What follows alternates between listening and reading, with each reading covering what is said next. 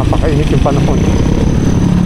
Nakalagay dito light vehicle and heavy vehicle, no entry. Yan. So good day Kambalen, and welcome sa ating panibagong road update adventure. And for today's video ay pupuntahan natin itong kadugtong ng tourism road. Yan. So dito natin kukunan ng drone shot itong tourism road. Yan, motor lang yung pwedeng dumaan dito, tsaka mga bike, dahil sinara pa doon. So update natin para at least makita natin hanggang doon sa dulo yung kaba ng tourism road na to, nakadugtong nung isa doon sa may papuntang MacArthur Highway. So dito meron palang dito, meron flood control. Ayan parang bagong gawa lang. So puntahan natin doon sa dulo kung saan makikita mo na yung NLEX. At dito pa lang nakikita mo na yung mga sasakyan, Ayan, At saka yung ron, kitang-kita na yung hotel doon, yung sa may Global Construct City. Bali siya, 4 lanes, and then yung drainage niya tapos na.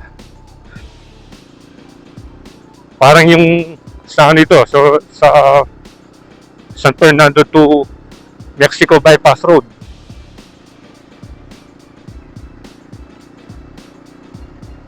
Last time kasi nung in-update natin ito, hindi natin masyadong nakuha na ng aerial view. Itong banda rito, doon lang tayo nag-focus. Doon sa unang bahagi, yung papuntang MacArthur Highway. Pero ngayon, makukuha na natin. Tingnan mo yung poste, Na-tiyempo, nasa gitna siya. So medyo yun, medyo delikado pag gabi. Ayan. Pupuntahan natin yung hanggang dulo.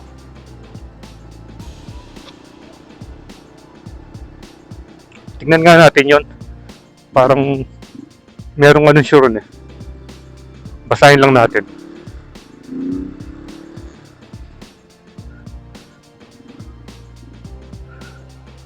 Ayan Patalastas kapabaluan.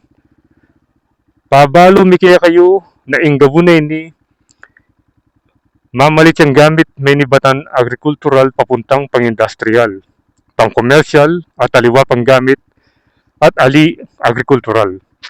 Sa Mikibandi, Fortune Town Properties Corporation, Barangay Panipuan, Mexico, Pampanga na may sukat na 23 hectares.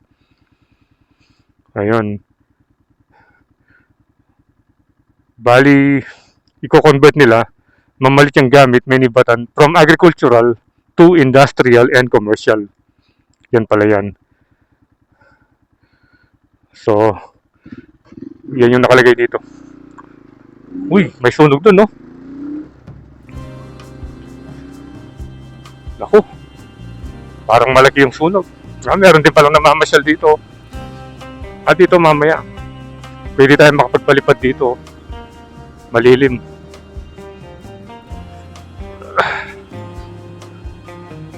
Saan kaya nanggagaling yung sunog na yan, Ayun, marami palang tumatambay dito, yung mga nakamotor. Ayun, meron din doon sa ilalim ng puno. Nagpipiknik sila. Ayun yung sunog, Ito, marami rin palang pumapasyal. Ayan. Maganda nga magtambay rito, Kasi wala nga naman ibang mapapag-stop over. Mainit. At yan na yung yung overpass dito sa may Panipuan. Hotel Casiana, finally nalaman natin yung pangalan niya. Ilang beses na lang dumaan dyan nag-update, hindi natin alam yung pangalan. Hotel Casiana pala, wala na yung rito, yung mga bubog. Yan. Meron pa. Yan yung kulay brown. Ay. So ito yung itsura ngayon. So hindi tayo sure kung didiretso yan or liliko papunta ron.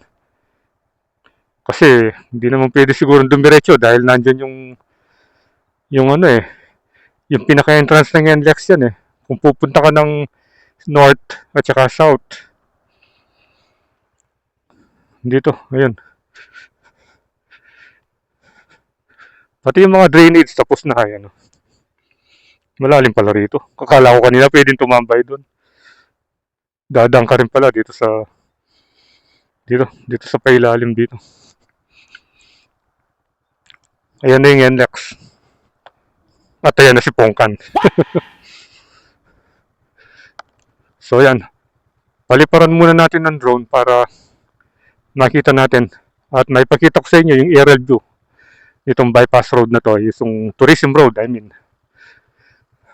O tara.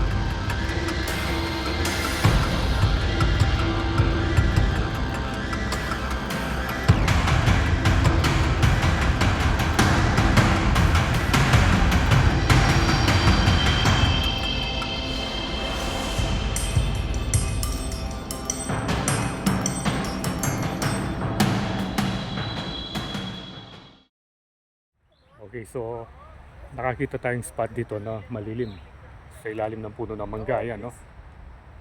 Ayan. At dito na tayo nakapagpalipad ng drone. So habang nandito tayo, nakita natin yung dalawang bagay. Nandun pala yung bata, oh. Hi, ayan, oh. Hi ka, ayan, oh. And then, ngayon lang natin nakita yung pangalan ng hotel na yon.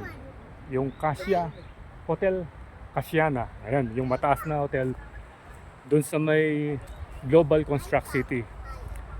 At ayun, for the first time nakapag-drone tayo dito sa dulo ng tourism road kasi last time doon lang tayo doon lang papunta sa MacArthur Highway. So nakita natin yung hangganan niya. Ayun, bali dead end na siya ron. At yun yung aabangan natin kung gagawin pa ba or ewan ko kung ano nang walang gumagawa at wala tayong mapagtanungan. Si baby, oh. Ayun, oh. Ito. Shoutout sa kanilang dalawa. Ayan, oh. Anong pangalan mo? Jenry, sir. Ha? Jenry po. Jenry, yung isa. Busy yung isa, oh. Ayan, oh. So, nagpapahinga sila rito. May dala silang upuan, no? Ayan. Napakalilim. Dito na magtatapos yung ating road update dito sa Tourism Road. Ano pa ito Barangay Kalulot, I think, yung sumasakop. So again, ride safe always, Kabalen. See you when I see you, and Kuya Landas is signing out.